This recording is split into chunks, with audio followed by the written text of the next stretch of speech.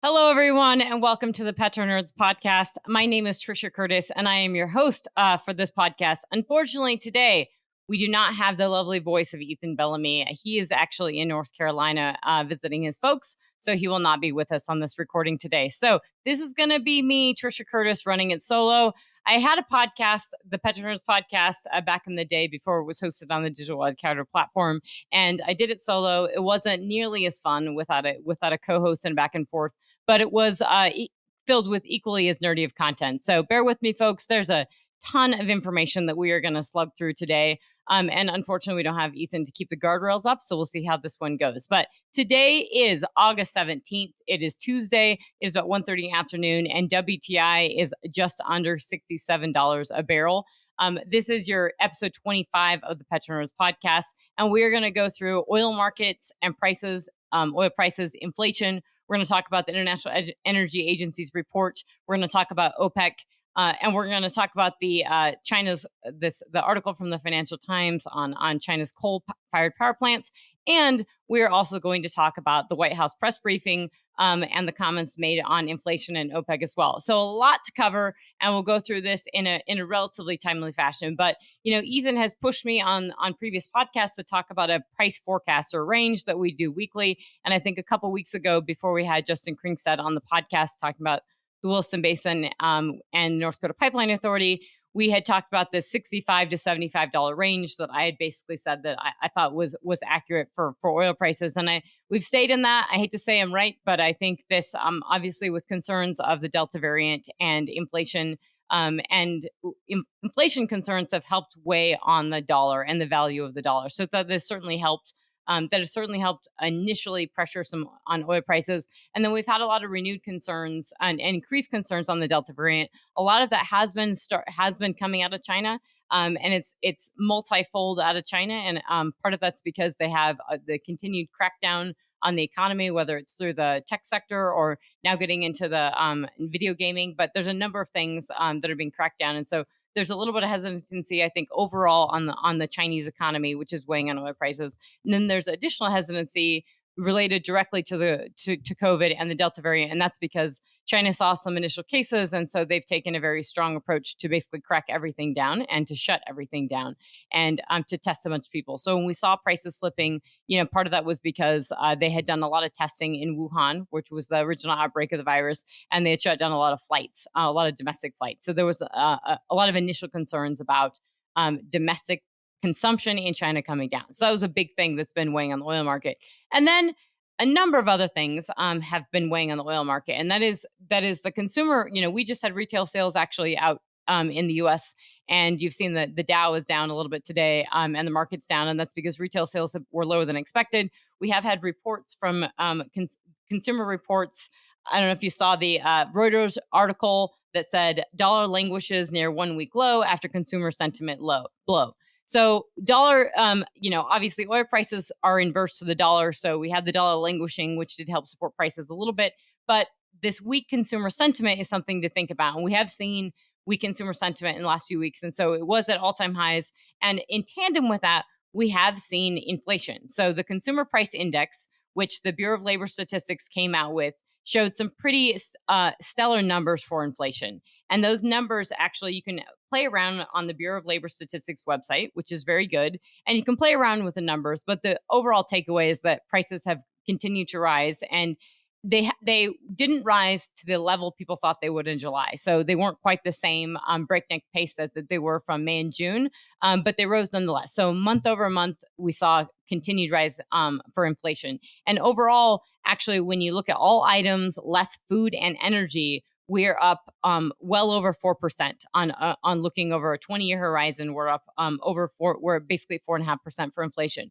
So huge numbers that we saw on used auto sales, on basically 41% increase there. Obviously, massive increases for energy when it comes to natural gas and oil that have been a factor. And this, I think, actually taken together, and this does weigh on the oil market as a whole. I think taken together, it's really important to think about inflation and that consumer sentiment. And something that I think, which we'll get into this shortly, is the White House press briefing. So when the White House press secretary, Jen Psaki, on August 11th talks about a number of different things and goes through it, but she does get into inflation and she downplays it. And I think something that people aren't taking into account is the number of things that are coming together on this, which is consumer sentiment. And consumer sentiment, I think, is waning, or at least coming down a little bit, because inflation is hitting people. So if you've been to the grocery store, if you've filled up your vehicle, you are absolutely feeling it. There's no way around it. You're not feeling it. And we're seeing it from everything from Chipotle to restaurants. That's if you can even get a reservation at a restaurant, because things are so busy. But the point is that we very much have very real inflation in the U.S. And we're sort of adding fuel to the fire, because the unemployment benefits are set to roll off in September. So we may see some alleviation to some of these pains that people are feeling from a labor perspective and from a wage price and inflation perspective. But we also have these stimulus checks that are going, and not stimulus checks, they're basically the child tax credit that people would normally get in the form of a tax credit, they're getting in the form of checks per child. So we saw that come out basically in July, and that helped prop up a lot of spending, which for those families was probably good, but it definitely has helped also fuel this fire on inflation. And we're also seeing, the concerns about inflation going forward are really a lot of the initial stimulus package that was passed, but now all the infrastructure bill, if fully passed and signed, has a lot of entitlement programs in it, which pre-COVID and, at the beginning of COVID, when folks talked about all the stimulus measures that we were doing and throwing everything in the kitchen sink at this, the reason it was positive and the reason people were not concerned about inflation and long-term impacts of it was because it didn't include long-term spending. So it wasn't entitlement programs themselves. So folks were not concerned. A lot of economists were not concerned at the time that we would have lasting inflation and repercussions. And same for 2008. We didn't really have lasting inflation and repercussions because we didn't have entitlement programs. Now, these entitlement programs are, do have elements that we, resemble socialist governments in Europe. And so we're certainly seeing that in some of these infrastructure bills from, healthcare and education and things, that those are long-term lasting spending and that will actually impact overall inflation. So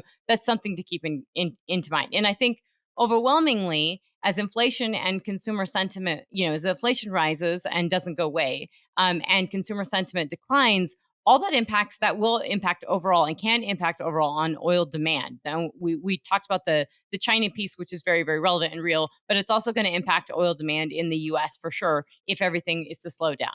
So we're going to switch gears now. And again, I don't have Ethan here keeping the guardrails up on this. So, oil price has obviously been muted. Big concerns with the Delta variant and going around the world. And the IEA, though, and so the IEA has changed course pretty quickly in terms of how they're thinking about this. Okay, so the IEA has their monthly oil market report, and this came out August 12th. And they said that, oil demand surged by 3.8 million barrels per day, month on month in June, led by increased mobility in North America and Europe.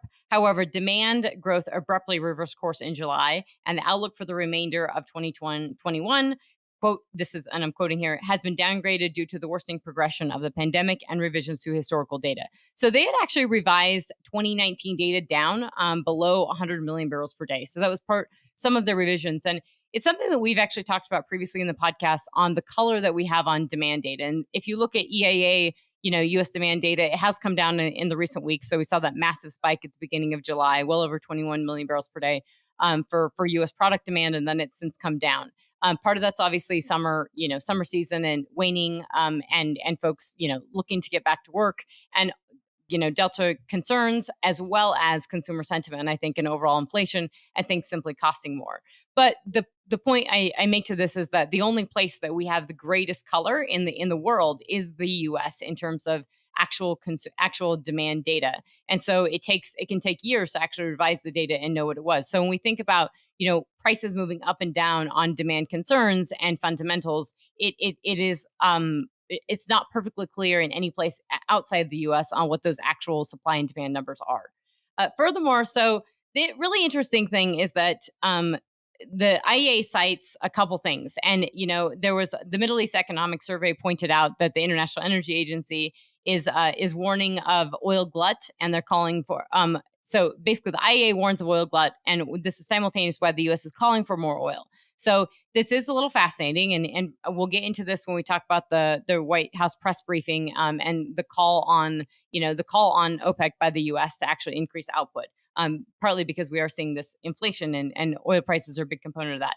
So the International Energy Agency, in their report, they talk about, the OPEC deal being struck, and essentially something that they echoed in their last month's report as well is that how close things are. So you're pretty close to being oversupplied, and you're relatively close to being undersupplied. But they're essentially warning that whilst we'll be in line or we'll be undersupplied throughout this year, we could easily be oversupplied next year. And that's because as these concerns right now with the Delta variant coming online and prices are waning a little bit, we are seeing these supplies come online. And, if you're looking at the actual OPEC numbers, so if we look at the numbers from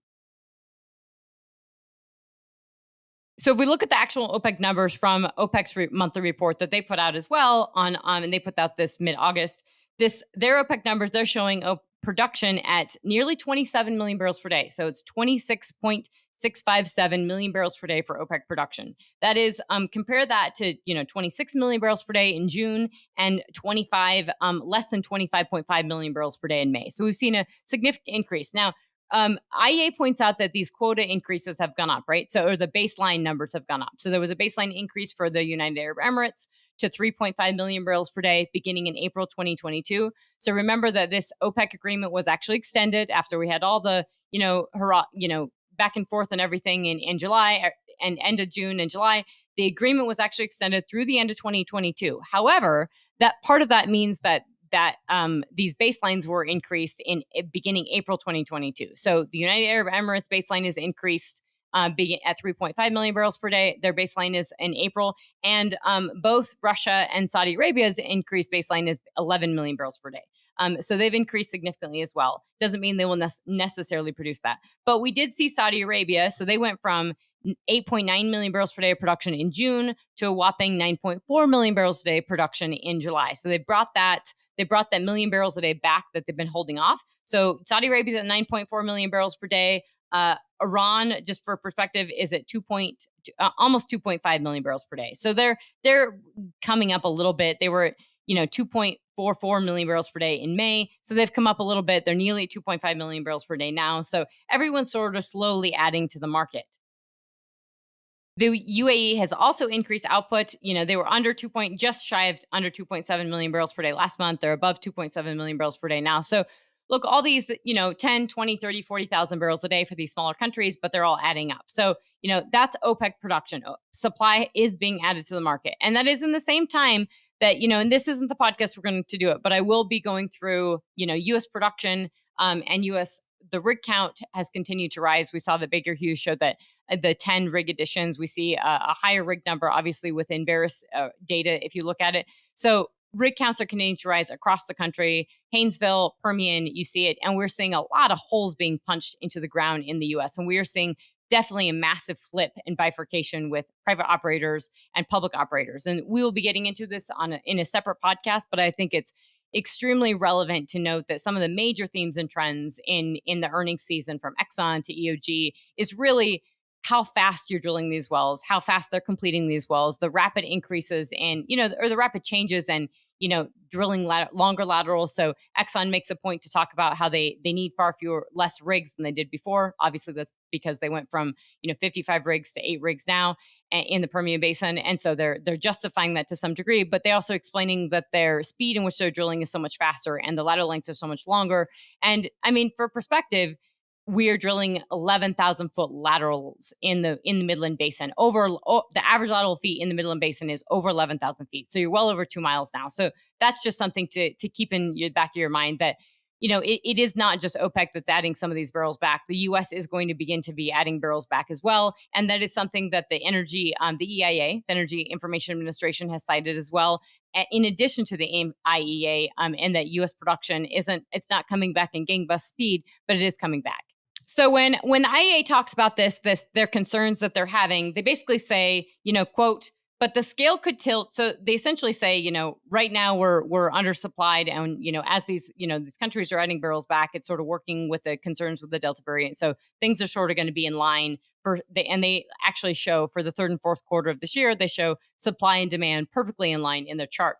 They say, quote, but the scale could tilt back to surplus in 22 if OPEC Plus continues to undo its cuts and producers not taking part in the deal ramp up in response to higher prices. following a modest increase of 600,000 barrels a day on average in 2021. Supply from the outside group is forecast to expand by 1.7 million barrels a day next year, of which the U.S. will account for nearly 60%.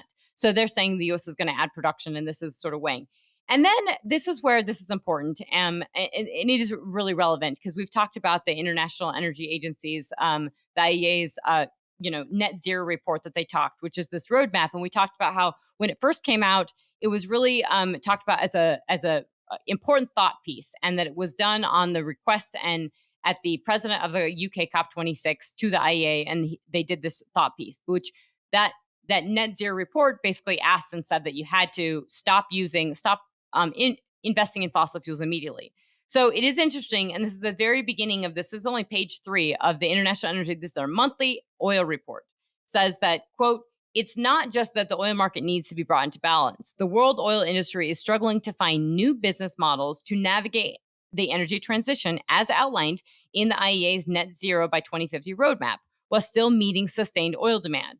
The recent UN International Panel on Climate Change, IPCC, report confirms the urgent need for greenhouse gas reductions. It is vital to tackle these challenges as swiftly as possible to ensure an orderly path to a carbon neutral world. Now, that's really tricky because within that, they're citing, the IPCC report came out, basically said everything is, very bad. And I'm sure the Energy Transition podcast has done probably a pretty good job covering that. We will get into that, but not in this podcast covering that. So that big report came out last week from the IPCC.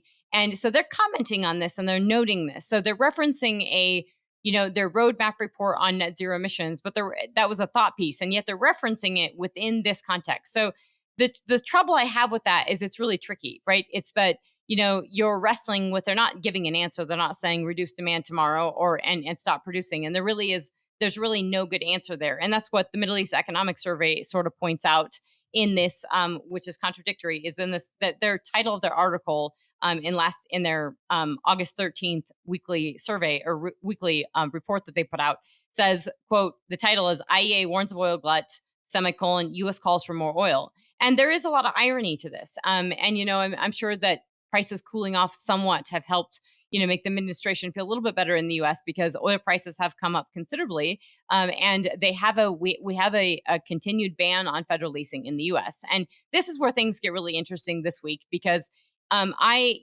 actually decided to go ahead and read. There was a lot of stuff coming out of the White House and in politics, and there's so much happening in the oil market right now. But there was a lot of talk, obviously, on OPEC and what the administration has said on OPEC and calling on OPEC to actually increase output. There's a response by Canada as well, and we're going to get into that now. Okay, so the White House had a press briefing. So the press briefing our press secretary, Jen Psaki, had on, this is dated August 11th. So I actually read this because I had, seen and heard the commentary that had come out on the OPEC comments, especially from Canada, with regards to the U.S. calling for more output. So needless to say, inflation and OPEC are talked about quite a bit in this press briefing, which I'll read to and cite from. So I read through it and then I also watched it. But on August 11th, we also had a statement by the National Security Advisor, Jake Sullivan, on the need for reliable and stable global energy markets. And I'm going to read this out loud in case you haven't logged into the whitehouse.gov and looked at it. But basically, he says, this is, quote, higher gasoline costs, if left unchecked, risk harming the ongoing global recovery. The price of crude oil has been higher than it was at the end of 2019, before the onset of the pandemic. While OPEC Plus has recently agreed to production increases, these increases will not fully offset previous production cuts that OPEC Plus imposed during the pandemic until well into 2022. At a critical moment in the global recovery, this is simply not enough. President Biden has made clear that he wants Americans to have access to affordable and reliable energy, including at the pump. Although we are not a party to OPEC, the United States will always speak to international partners regarding issues of significance that affect our national economic and security affairs, in public and private. We are engaging with relevant OPEC members on the importance of competitive markets in setting prices. Competitive energy markets will ensure reliable and stable energy supplies, and OPEC Plus must do more to support the recovery. So this is the U.S. White House, the Biden administration calling on OPEC to increase output because they are seeing pressure in prices. Now, it is not a stretch to say that these price increases and inflation in the U.S. in particular is what's driving this. So it is not just oil prices. And we've talked about this in previous podcasts. I've talked about this a lot in presentations and commentary and talking with folks on the phone and in the industry. This is one of the first times we've seen, especially in my lifetime, in the past 20 years, that we've seen high inflation, so high food prices, high cost of living, a high cost of wage increases in tandem with high oil prices. So we didn't have these levels of inflation necessarily for all components when we had seen really high oil prices before. And so I think these two things are really weighing, and the administration knows that this is definitely going to impact consumer sentiment. And it's definitely going to impact actually how people feel about the administration and how well they're doing. So that was a plea by our national national security advisor, Jake Sullivan, on the need for reliable and stable global energy markets. Now, certainly there's a response in the press briefing, which we'll get into because it was talked about, OPEC was talked about quite a bit at length. So what was also interesting is the Alberta government, if you go on their website, alberta.gov, you'll see that they said, their title says U.S. plea for more oil production. This is Minister Savage. So Ministry of Energy, Sonia Savage, issued the following statement in response to the White House calling on OPEC Plus to boost oil production. And quote, she says, the Biden administration pleading with OPEC to increase oil production to rescue the United States from high fuel prices months after canceling the Keystone XL pipeline smacks of hypocrisy. Keystone XL would have provided Americans with a stable source of energy from a trusted ally and friend that adheres to the highest ESG standards in the world with industry commitments to net zero production. Had pipelines not been politicized by opponents of oil and gas, Keystone XL would have been operational for years and reliably delivering nearly 1 million barrels a day of 1 million barrels of oil every day to American refineries. The Biden administration's plea for more oil confirms that there will continue to be demand for Canada and Alberta energy and highlights the need for affordable and reliable energy as the world seeks to lower emissions. This is despite a deliberate push from our federal government to transition away from oil and gas. Alberta's government will continue to push for new pipelines and new markets to support the industry, the jobs, and the prosperity it creates. The bottom line is the world needs Alberta's energy. Albertans own the third largest oil reserves in the world, and our industry is at the forefront of innovation and technology to reduce emissions and produce oil with the lowest carbon footprint. That's why we are well positioned to meet global demand and support a post-pandemic economic recovery. We look forward to the Biden administration's continued support for an integrated North American energy market in the months ahead, which will create jobs and prosperity on both sides of the border. So this is absolutely relevant, and it's beyond smacking of hypocrisy. I mean, we've discussed the hypocrisy of this administration on energy at length in these in podcasts, but you cannot say yes on Nord Stream 2, which is the gas pipeline from Russia to Germany. You can't say I'm okay with that. You can't cancel Keystone XL the first day you're in office. Cancel that actual permit from an ally. And in places in the U.S. and in Canada where you can actually impact you can actually impact GHG and ESG more in these countries with rule of law than you can in places like China and the Middle East.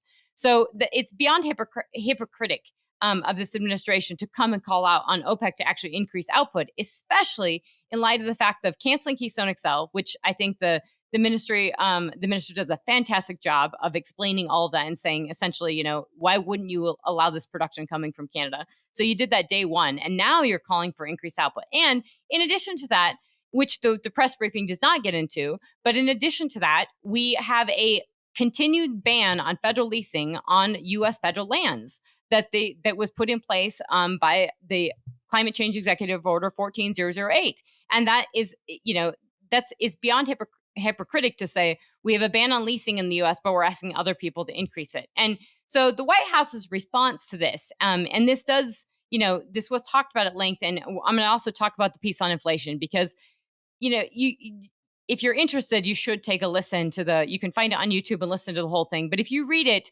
there are a number of things I will not get into, but I think these are just two of the many things that this woman has very much inaccurate, if not completely wrong, and is actually lying to the public about. Okay, so we'll get back to the inflation piece, but here's the first part on OPEC. So Jen gets a question, the press secretary gets a question, and it says, Jen, a question about OPEC. The White House is pressing OPEC to produce more oil. Have you gotten a response from Saudi Arabia about that request? Ms. Paskey.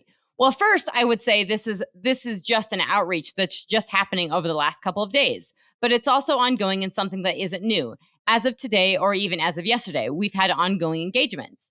I know we talked about this just a couple of weeks ago when we were especially concerned, or where their OPEC discussions with OPEC member countries happening, even though we're not a member of OPEC.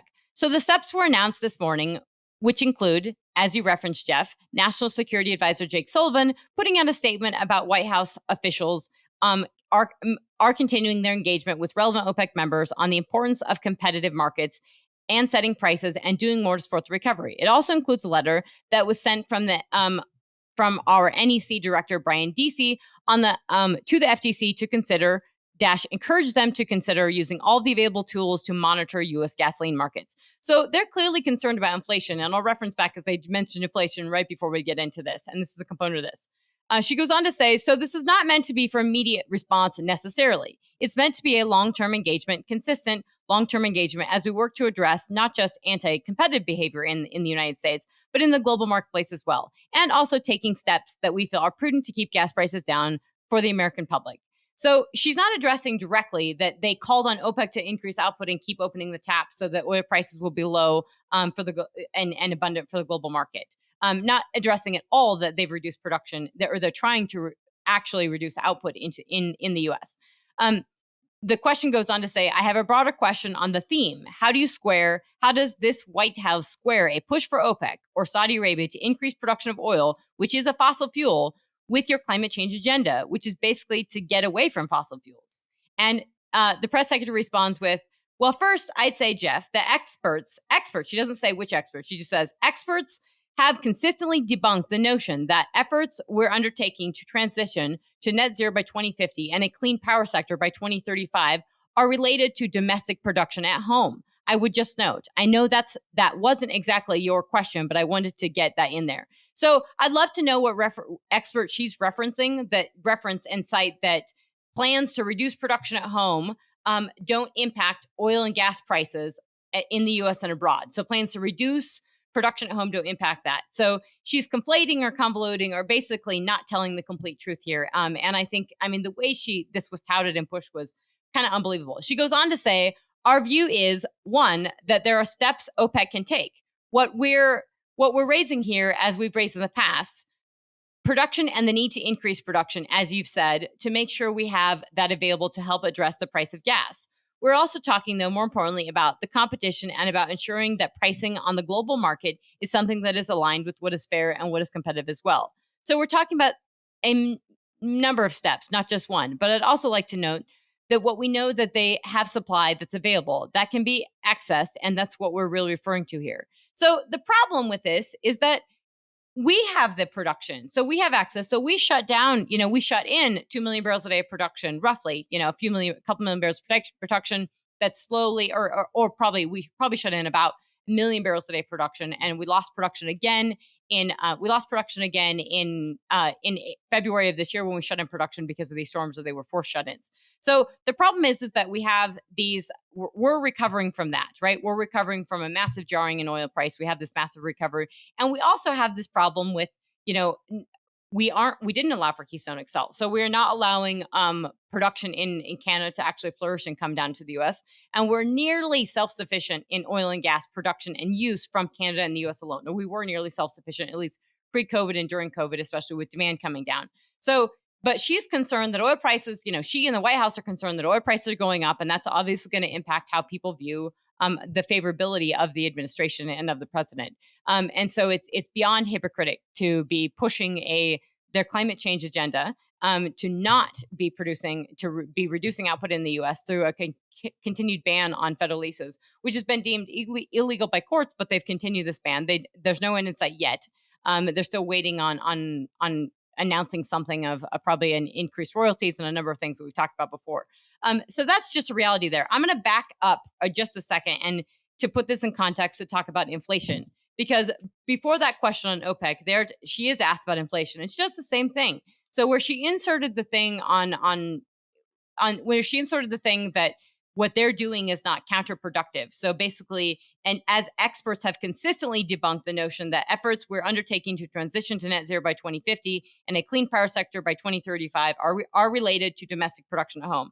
I would just note, that's what she says. So she's saying they're not contradictory. To basically to go green in the U.S. is not contradictory to actually is it contradictory to these rising prices? And they actually are contradictory, because if you're reducing output but you're still consuming it, those are going to go in line. So when she's asked about inflation a little bit earlier in the press briefing, someone says, and one more question: what is the president's reaction to the jump in consumer prices, and what is the level of concern today, now seeing those numbers with inflation?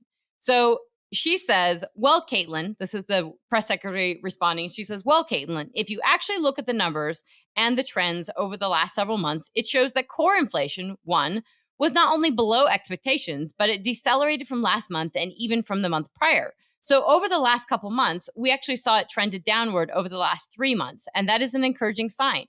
We also continue to believe that as the economy turns back on, and as businesses are starting to move, and as the supply and as demand starts to change the economy, that there will be transitory impacts as it relates to inflation.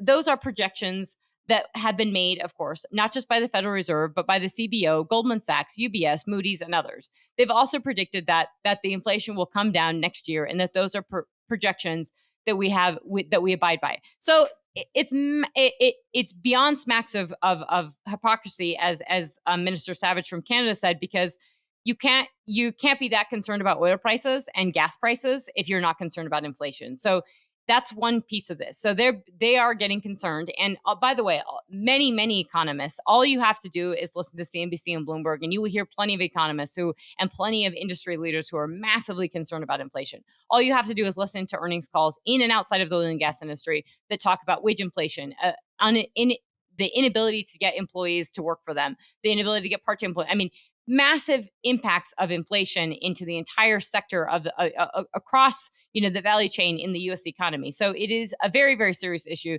She's downplaying it. I don't know if she has not been to fuel per vehicle, or if she has not paid for groceries recently, but she would see them. And if you play with the consumer, we reference inflation, and I explained those numbers of 4.5%. So when you take out oil and energy, if you take out energy, it's still very, very high inflation. And the reality is it's month over month. So she's playing up something that people talked about. And I think the concerns were that we were going to have a higher month over month increase on inflation for the month of July. It actually came down. I think it was 0.7% increase month over month. And there was a concern that it would actually be significantly higher. The problem, and then we referenced this in previous podcasts, is the problem is that if you are seeing any month over month increase, this isn't some yearly one-off thing. And when they keep saying transitory, it doesn't mean that prices come down. And that's a really big problem, and something that, the average American and average person in the world needs to understand. You see these inflation, are prices actually going to come down? We do see prices, energy prices can come down. Natural gas prices may come down. Oil prices may come down. And you will absolutely feel that at the pump. She references, they don't come down as quickly, et cetera, from refineries. But the reality is that when Chipotle raises their prices, they're probably not going to decrease them. And so that 4% increase they have raised on prices, you're not going to see a decrease of that. So when they keep saying transitory, they're, not just the White House, but others are telling you this is short term, it's not going to last, and we're not going to see it. It doesn't mean the prices come down. It means they've gone up. And if your wages haven't gone up with it, that takes money out of your pocket, that impacts the consumer, and that in tandem will impact economic growth, GDP growth, gross domestic product growth, and that will in tandem impact oil demand. And so inflation eventually takes a real bite and sting. And I think something that you're seeing within China is there are real concerns about that, is that people, it is a regressive tax on the middle and lower incomes, that when your piece of your pie of your budget for electricity and gasoline is that chunk of your budget's higher, when those prices go up, you feel it. And so this is when I mentioned a couple podcasts ago about the potential rate hike in Colorado and for Excel for 13%. That's very, very high. It's a dramatic jump and speed up in these increase in prices. And that's what people are seeing right now. So anymore, we are absolutely seeing pressure. I'm talking to folks where I'm from, my hometown, my family in Craig, Colorado. If you look at EIA data, actually PAD 4, which is the Rockies, that's Petroleum Administration Defense District. It's a World War II reference. And it's still how we bucket refinery divisions. But PAD 4 is the Rockies. And you can see that the massive uptick in gasoline prices and diesel prices in the past couple months. It's huge. We're nearing $4 a gallon. And people in these are lower income areas in rural America, and they are 100% feeling it, in addition to what they're seeing at the grocery store and how much they're paying. So I'll close that a little bit, but I just want to say I think the press secretary is out of touch with the actual consumer and real inflation, and I think it's insulting to tell people that it's better than expected and it's actually coming down when prices are probably not going to actually come down. And that's a reality. And if they do, that's great. But I mean, if the prices come down, it's probably because we're dipping into a recession, and that's going to be very, very problematic for this administration. Okay, so the last question or last big thing on OPEC that was mentioned in this press briefing before we switch gears and talk about China and coal and close the podcast is so somebody asks, okay, basically midway, they ask, can I get back to the OPEC assessment? She says, sure. And the question is the timing, of course, in the hours before the CPI announcement. So this is the Consumer Price Index announcement. Kind of lends an impression or a question whether there's a domestic political lens for you. What, if any, tools do you have to pressure OPEC other than, a letter from Jake Sullivan to actually take steps to increase production? Or is it just the US sort of doing it for political benefit? Because that might be how they view it. And she responds, so this is somebody saying out directly, okay, you had the consumer price index, now you've come out and said, okay, OPEC increase output. And she responds, well, we don't see it through a political lens, which is just, I mean, I don't care who's in office, whether it was Trump or Bush or Obama or now Biden, they 100% view it through a political lens. So she goes on to say, well, we don't see it through a political lens. We believe that, one, the president's role is addressing competition, doesn't stop at the border's edge. And while we encouraged OPEC, as you know, I know that you cover this closely, to take steps, or OPEC countries to take steps to increase supply back several weeks ago. We believe this needs to be a continuous and ongoing conversation, and we need to elevate the issue in public and certainly in the global community. It's just one step in our toolbox to continue to keep prices down for the public. So there, she's actively admitting that they're 100% advocating OPEC increase production to decrease prices for the U.S. public. And there is the response, I think, by the Saudis and OPEC was that they don't see a need to actually do this. The other question is, that's basically the main questions on sort of OPEC. And there's more, it gets brought up several times within this. But I mean, the response by OPEC just to say, yeah, we're not going to do this or this isn't relevant. I mean, there's a reality that the former President Trump actually, he was the one behind the Saudi Arabia and Russia actually speaking to, actually create some kind of certainty. And when prices were crashing and they were flooding the market, there was a lot of work by the U.S. administration to actually sort of mend fences with these two countries and make sure and to actually change that. And I think there's this is probably a recognition in reality by this administration that they're going to have to, do something. But I'm not sure that Biden has that same kind of relationship or capacity with the Saudis or the Russians in this regard. And they are increasing output. Now, if that output has nothing to do with what they ask. But I think it's very, very interesting that they would even go out to do this. I think they probably thought that it viewed favorably to the public to be asking OPEC to do this, when I think it's probably actually relatively confusing to the public when they're pushing climate change so hard, when they're working on reducing production in the U.S. and whether they're willing to spend those dollars on, we're willing to spend our dollars that we make in the U.S. and we're willing to spend them on foreign barrels to bring in, when we're not willing to produce those barrels at home, which we know we can have a greater impact from an actual carbon emission standpoint. So to me, it's beyond it's very hypocritical, and it's beyond hypocrisy of this administration on energy policy. Following up on that, they actually did have a meeting as well. So they actually had a meeting they have a readout for the 5th National Climate Task Force meeting. It's not very dense. There's not much to it. I'm not even going to bother to go through it. The point is I'm flagging it because I know it's going to be relevant. So these are all the meetings that they basically, when they did their climate, the climate change executive order, there was a number of provisions within it to actually have all these reports and these meetings and everything. And so they did basically have another meeting it was said on the heels, quote, on the heels of the latest IPCC report, the National Climate Task Force met to discuss delivering on President Biden's entire Build Back Better agenda in Congress and driving additional climate ambition. So they did actually mention, there is mentioning in this of a civilian task force. And the reason I thought that was relevant, because it did sound more like something I'd read from China than certainly the US. So with this readout from the 5th National Climate Task Force, they talked about this civilian task force for climate change. And I thought, what does that entail? So they're not giving us full readouts. They're not giving us full intelligence on all of this, the stuff that they're doing from these meetings. And that I'm looking for more color on, because I don't think the American public are aware. And I think it's also a way to spend a lot of money for it to go into certain pockets, into green sectors, and not to be spread necessarily evenly throughout the U.S. economy. And it is certainly, if this all goes through and this goes to green sectors and tech, is certainly going to impact inflation for sure. And the other thing that's super problematic is the cost of it, especially if interest rates are to rise. And if we have inflation, they have to tamp that. We obviously have inflation. If we have continued inflation, they have to curb that the Fed has to curb that with interest rates. If those interest rates rise, it threatens a lot of these, not just green tech, but it threatens a lot of tech in general. That's why, Kathy Wood, some of the statements I heard today on Bloomberg, she's talking about doubling down on China, or very optimistic on China. And I think she's completely wrong there on a number of other facets. And that is a perfect pivot. I don't have Ethan to segue me, but that is a perfect pivot to the last thing I would like to talk about, which is China and coal. Okay, so excellent article this week, or excellent article over the weekend that came out August 13th from the Financial Times on China and coal. And basically, quote, the title is called "China Puts Growth Ahead of Climate Surge in Coal-Powered Steel Mills."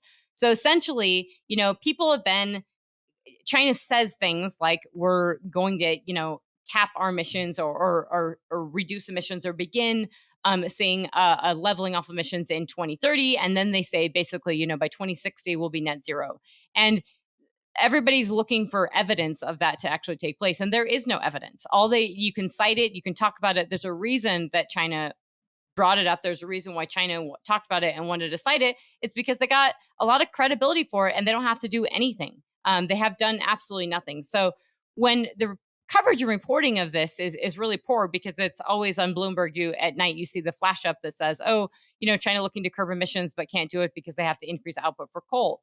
So essentially they're talking about the expansion of their coal-powered steel mills, that they expanded sharply, rose sharply in the first half of 2021. And that's really showing the reluctance by the, quote, the government's reluctance to sacrifice industry-fueled growth to achieve its climate goals. And I want to say, okay, we knew that. This is not a news flash. I mean, I'm glad that this is being reported on and people are seeing this. But if you thought that China was sincere about this, you were wrong. And this needs to be admitted and understood, because if China's not reducing their emissions, then all these local efforts in the U.S., particularly in places like Colorado, where you're doing drastic things to reduce emissions, CO2 emissions do not have borders. And so if China's not reducing the emissions, and it's not to say that, not good for you for trying, but it's not going to necessarily have the impact. You're not going to get to those numbers you think. So you may have to take a completely different tactic on how you're going to go about this. So there's analysis that the Center for Research on Clean Energy and Clean Air, this is a Finland-based advocacy group that the Financial Times is talking about. Basically, they found that there's 18 furnaces and 18 steelmaking furnaces and 43 coal-fired power plants that were announced in the first half of this year alone. Carbon track. There are a number of websites that actually track all this, so that you can see it. But this one, there are a number of different agencies that are also doing this as well. So we saw prices of steel, prices of steel actually surged, and they kind of went back and forth on whether or not they were going to reduce some of these emissions or not. I don't think they were ever sincere about reducing the emissions. And as the prices of steel surged, I think it was important for China to realize that they have to increase output of steel so they can cap inflation at home as well. So it's interesting. I mean, the article just worth a fantastic read, but it says, quote, if built, the combined coal and steel projects would emit about 150 million tons of carbon dioxide per year, equivalent to the total emissions of the Netherlands. So they are going to build these. So it means that, this is massive emissions.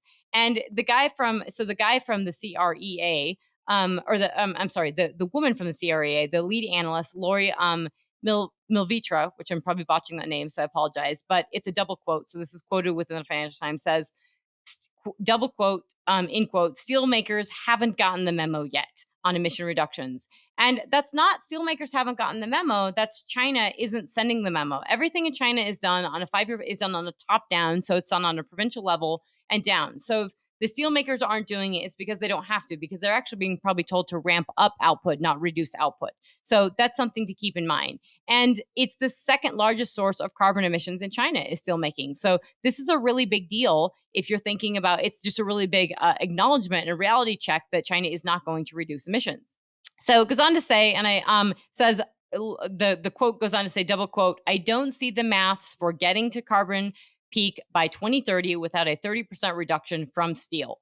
So this means that China, in order to get to their carbon peak, which I was referencing in 2030, that they would have a 30% reduction, is 1/3 of their production in steel would have to come down. And I personally, I mean, I've done a lot of research and work on China, and I do not see China at all doing reducing even by a little bit, but let alone 1/3, because it would greatly impact their economy.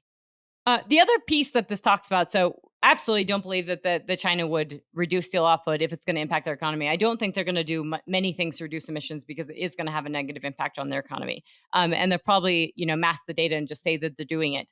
But another thing is that they talk about in this article is a separate analysis that Greenpeace did earlier this month, which I will be digging into, and it will, reference back for you guys so you can hear about it. But this was done that it showed that the majority of government-directed stimulus for coronavirus lockdowns, that the direction of this money actually went to traditional infrastructure projects. So projects that would actually increase pollution and output. So they say that 60% of the new up to 90% of COVID-19 national relief bonds went toward general infrastructure. 60% of new municipal bonds were spent on infrastructure such as construction, and only 15% were actually spent on green, or what they say is sustainable or low carbon projects, according to Greenpeace, that they found. So that's a reality that I think is really real and important to, I think we'll close on that, but I think that's an absolutely important reality, is that even as China was saying this, and as we were touting it globally about, it's important to realize that there's only one country in the world that increased CO2 emissions in 2020, and it was by a significant level, and that was China. So the fact that they only put a little bit of the stimulus money to these projects is not surprising. And so with that, I would like to close. You've had 47 minutes of me talking straight, which is a lot. You probably have to play it back on a slow speed to get all of that. But I hope the content is to your liking. Today, this was PetroNerds Podcast, episode 25. Your host, Trisha Curtis, and CEO of PetroNerds. And today is Tuesday, August 17th, 2021. Today, we talked about oil market prices, inflation, International Energy Agency's report, OPEC, the White House press briefing that talked all about OPEC and inflation, a lot on inflation, and we closed with China coal. So thank you so much, guys. Really appreciate you listening, and I'll talk to you soon. Bye.